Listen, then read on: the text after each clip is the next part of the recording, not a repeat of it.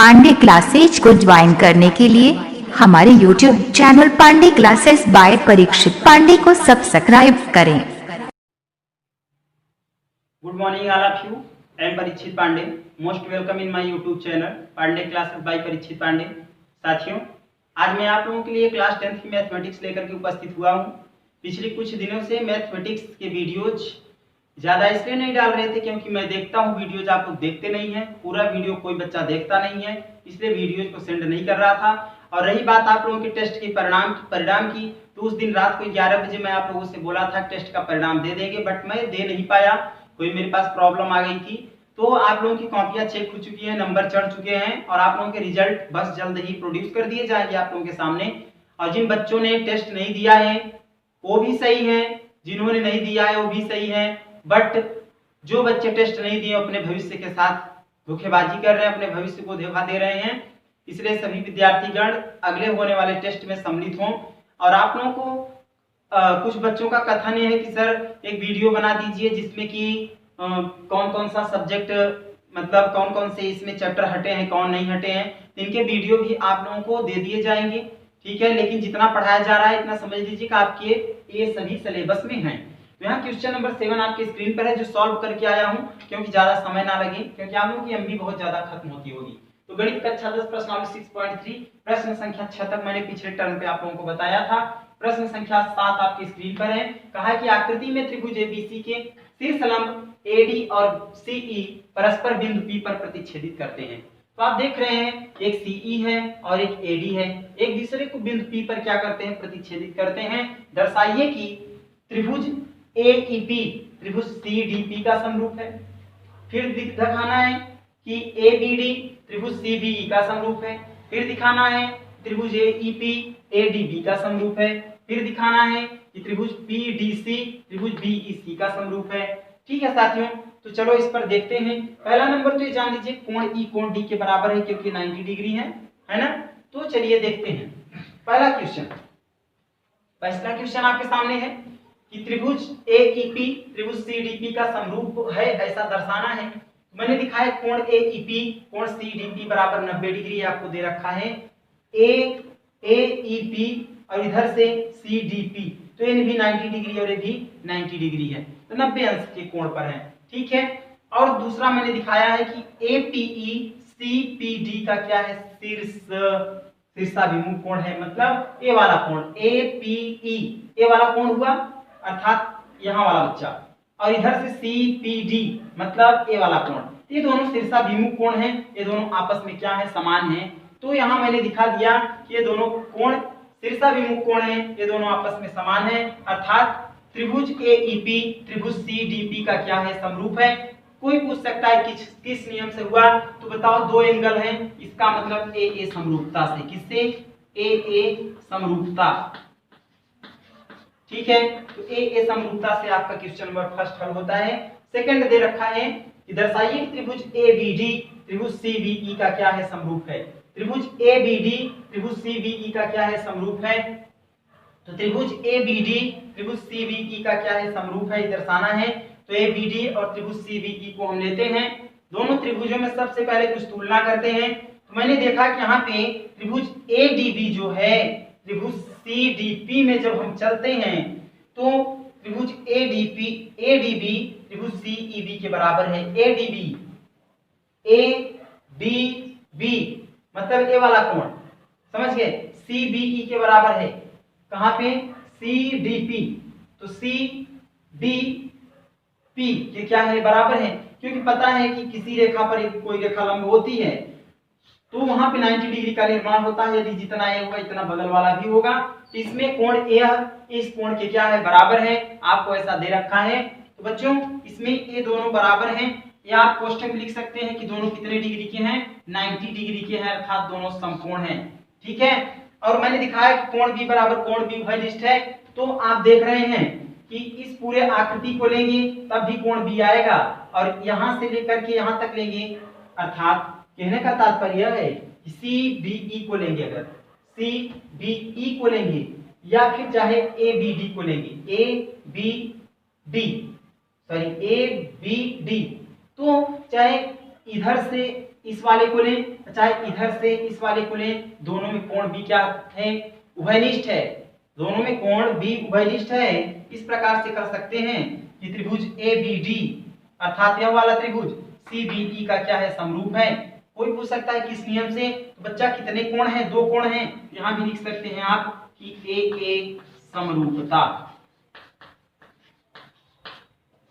ठीक है, AA समरूपता से। क्वेश्चन नंबर 3 दे रखा है कि त्रिभुज AEP त्रिभुज ADB का क्या है, समरूप है। तो त्रिभुज AEP कहाँ है, AEP ये वाला है। त्रिभुज ADP तो ADB त्रिभुज ADB का क्या है, समरूप है। मतलब यह छोटा वाला जो कोण है, त्रिभुज है, इस बड़े वाले त्रिभुज का क्या है, समरूप है। तो इसको मैंने जब हल किया, यहाँ पे दोनों सबसे पहले इस ट्रायंगल और इस ट्रायंगल को मैंने ले लिया।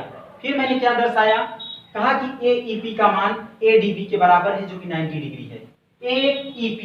AEP मतलब ये वाला कोण, और इधर से ADB मतलब ये वाला कोण। तो ये दोनों कोण आपस में क्या है, बराबर हैं 90 डिग्री। ऐसा आपको क्वेश्चन में दे रखा है।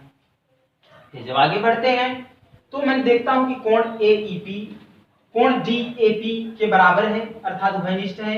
तो EAP मतलब ये वाला कोण, और जब बड़े वाले को लेंगे, इसको ADB को लेंगे, तब भी A आता है। इसका मतलब कोण A दोनों में क्या है, उभयनिष्ठ है। फिर भी त्रिभुज AEP त्रिभुज ADB का क्या है, समरूप है। कोई पूछेगा किस नियम से, तो आप देख रहे हैं कि आपके पास 2 एंगल हैं अर्थात AA किससे, समरूपता से।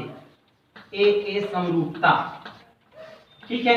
तो AA समरूपता त्रिभुज से ये दोनों आपस में क्या हैं, ये दोनों आपस में क्या हैं, एक दूसरे के समरूप हैं। ठीक है बच्चों, प्रश्न संख्या लास्ट 7वें का चौथा कह रखा है त्रिभुज PDC त्रिभुज BEC का समरूप है। तो देखो मैंने जब हल किया, त्रिभुज PDC और त्रिभुज BEC को मैंने ले लिया। इन दोनों त्रिभुजों में जो समरूप दिखाने के लिए दिया होता है, सबसे पहले उसी ट्रायंगल को हम लेते हैं। तो उन्हीं दोनों ट्रायंगल को मैंने ले लिया।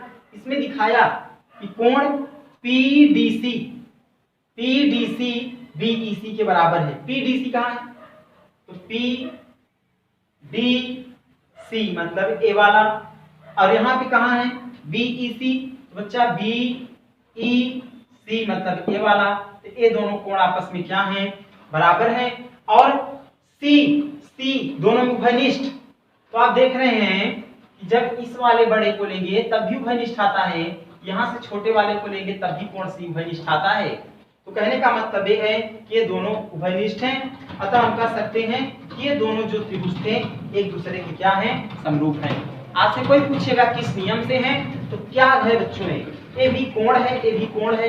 इसका मतलब ए समरूपता, ए मतलब एंगल समरूपता से,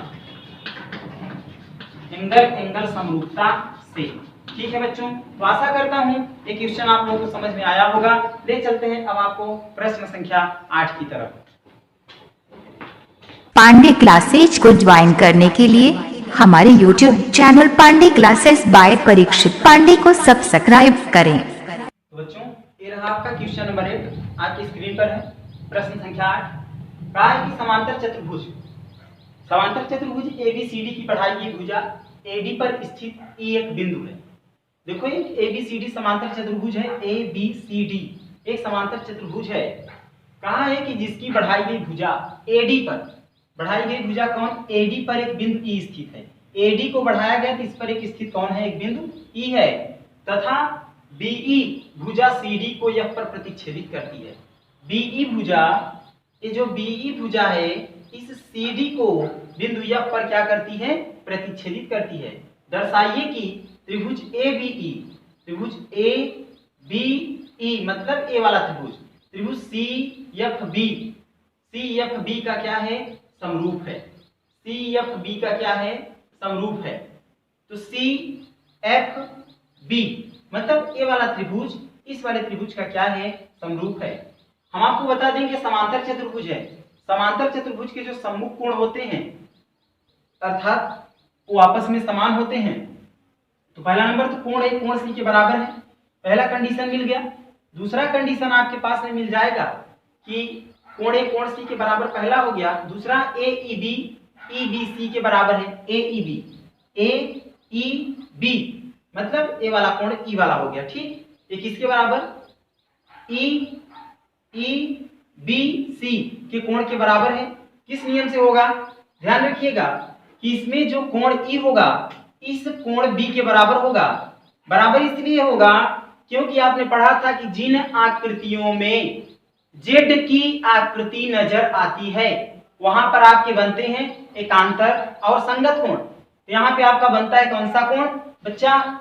ए इधर है, रेखा के विपरीत। आपको मैंने बताया था कि जिन आकृतियों में रेखाओं के किसी भी दिए गए आकृति के मतलब आकृति के दिशा और दशा दोनों आपस में अगर विपरीत हों तब वहां पर आपका बनता है एकांतर कोण। तो कोण ए ई बी कोण ई बी सी का क्या है?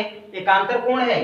तो हम कह सकते हैं कि समांतर चतुर्भुज ए बी सी डी की जो बढ़ाई गई भुजा थी, अब इसमें हमें दिया है कि ए बी सी डी एक समांतर चतुर्भुज है जिसकी भुजा एडी को ई तक बढ़ाया गया है। जब बीई भुजा को मिलाते हैं तो इस सीडी को बिंदु एफ पर क्या कर देती है? प्रतिच्छेदित कर देती है। अर्थात सीडी को बिंदु एफ पर प्रतिच्छेदित कब करती है? जब बी को हम ई से क्या करते हैं? मिला देते हैं। फिर आगे की ओर जब बढ़ते हैं साथियों तो हम देखते हैं कि त्रिभुज जो हमारा त्रिभुज है, त्रिभुज ए बी ई त्रिभुज सी एफ बी का क्या है? त्रिभुज ए बी ई त्रिभुज सी एफ बी का क्या है? समरूप है। यही हमें सिद्ध करना है। उत्पत्ति जब करते हैं तो हमारे पास में दो त्रिभुज आते हैं, एक का नाम है ए बी ई, एक का नाम है सी एफ बी। तो ए ई बी अर्थात ए बी ई और सी एफ बी इन्हीं को हमें दिखाना है कि एक दूसरे के क्या हैं? एक दूसरे के ये समरूप हैं। यदि अगर समरूप हैं तो यही ट्रायंगल को सबसे पहले लेते हैं। मैंने भी बताया कि कोण ए कोण सी के बराबर है क्योंकि समांतर चतुर्भुज है। समांतर चतुर्भुज का जो सम्मुख कोण होता है वो आपस में समान होगा। तो यहाँ पे कोण ए कोण सी के क्या है? बराबर है। और जब देखते हैं आगे जब बढ़ेंगे तो कोण ए ई बी जो है कोण ई बी सी के क्या है? बराबर है। मैंने भी बताया यहाँ पे कि कोण ए ई बी कोण जो होगा ई बी सी के बराबर है। आपको कोई कहेगा कि किस नियम से, तो आप बता देंगे उसको किस नियम से? एकांतर कोण के क्या नियम से? एकांतर कोण के नियम से। मैंने बताया था कि जिनमें दशा दिशा दोनों आपस में विपरीत हो वहां पे ही क्या बनता है? एकांतर कोण। और मैंने भी बताया था कि जेड आकृतियों में एकांतर और संगत होते हैं और एक्स आकृति में शीर्षा विमुख होते हैं। ये मैंने आपको बताया था, नोट रखिएगा उसको। फिर हमें दर्शाना था कि त्रिभुज ए बी ई त्रिभुज सी एफ बी का क्या है? समरूप है। तो इस तरीके से हम कह सकते हैं कि देखो हमारे पास में कितने एंगल मिले बच्चों? दो एंगल, एक ए वाला एक ए वाला। तो ये समरूपता से हम कह सकते हैं कि त्रिभुज ए बी ई त्रिभुज सी एफ बी का क्या है? समरूप है। यही आपको क्या करना था? सिद्ध करना था। तो बच्चों आज की क्लास में बस इतना ही। नेक्स्ट क्लास में आप लोगों के लिए लेकर के मिलूंगा नेक्स्ट डे पर। तो मन लगा करके पढ़ें और आगे की ओर अपने दोस्तों के पास भी जो बच्चे पढ़ नहीं रहे उनको भी सलाह दें कि वो बच्चे भी पढ़ें। विद्यालय जल्द से जल्द आपका ओपन होने वाला है। जैसे कि सरकार ने भी बोला है कि 23 तारीख से, तो 23 से फिलहाल विद्यालय उड़ते आप लोगों के ओपन हो जाएंगे। तो कॉपियां बना करके मेंटेन रखेंगे, उसी के आगे से नेक्स्ट आप लोगों को पढ़ाया जाएगा। ठीक है, मिलते हैं अगली क्लास में। धन्यवाद।